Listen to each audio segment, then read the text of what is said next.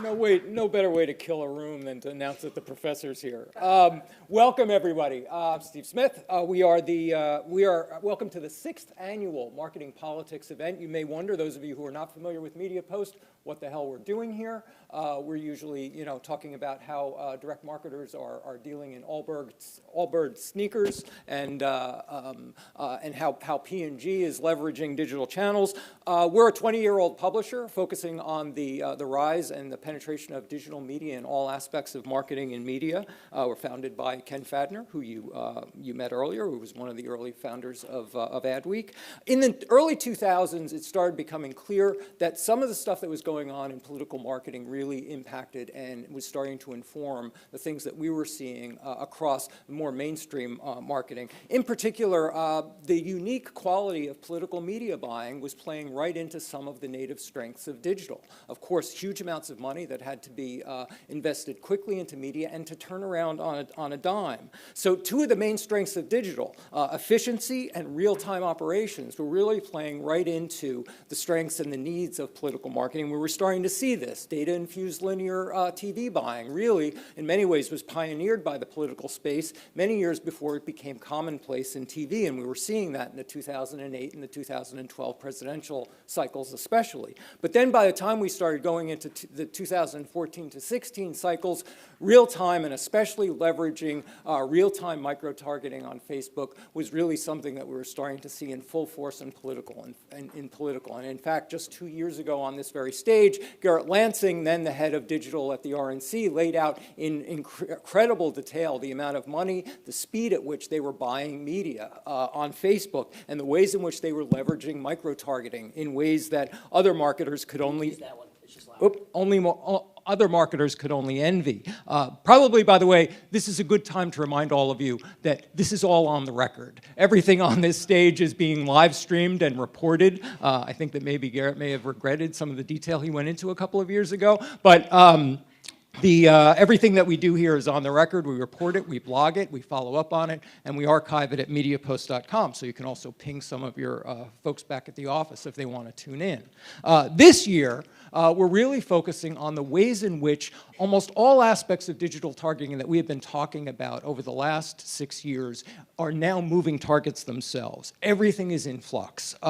In just the last 2 years, of course, we have seen an acceleration in the erosion of broadcast TV audiences, and at the same time, the incredible growth of OTT and connected TV. Well, that raises the question. Now with the opportunity to buy much more targeted audiences on bigger in-home screens, why should you buy Boston TV to reach New Hampshire voters or Chicago TV to reach Iowa voters if you can now use some of these tools? We're going to be looking into, is that happening and how is it happening? The social sphere, of course, is in total flux. We don't even know where it's going to be in 3 to 6 months as some of the policies change. But there are some clear things we need to explore.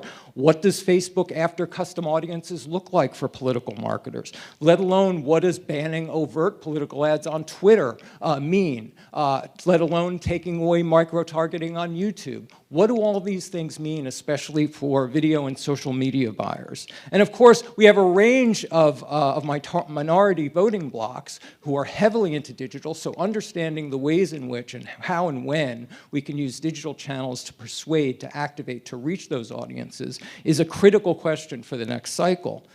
At the same time, almost all of the ad tech infrastructure is changing its relationship to political marketing. We're starting to see some of those companies that had been in your face a few years ago receding somewhat. We have Google and Facebook. They retreated a bit from offering and now offering segment and cohort targeting as opposed to the kind of voter file matching that they once offered. A lot of ad tech is now retreated into more white label solutions that the agencies are adopting. So what we're going to try to do over the course of the day is pin down where we are in a lot of these different aspects and channels of digital media and what sort of tactics the campaigns are planning for this next cycle. But we're also going to pull back and look strategically at some of the broader allocation decisions, especially this afternoon. We'll be asking the campaigns how they're making those broad choices across digital and traditional media. And of course, we're going to have we're going to go to the top and have one of the candidates themselves. The Republican presidential candidate Joe Walsh will be sharing the ways in which he is trying to leverage a unique and new set of tools to get his message out. But first, let's level set a few basic things that some basic projections that we've seen about media spending and where it might be going. I just wanted to share a few basic insights from some of the major research companies. This is from Cross Media Research, Millward Brown, projecting that broadcast, this will all be online, by the way, if any of this stuff is too small for you to see. They're projecting that just in video alone, broadcast TV will account for $3.6 billion, up from $2.5 billion in the 2018 cycle. Digital video will be at $1.6 billion of spend, up from $750 million in 2018. And cable will be at $1 billion, up from $0.6 billion. Still less, they see, as do many, less than a third of political video will be digital. Kantar, somewhat similar divide, $3.2 billion in broadcast, $1.2 billion in cable, $1.2 billion in digital. And $0.4 billion in radio, and again, about 20% digital. And over the last few years, that's about what we've been talking about in terms of what the digital share has been.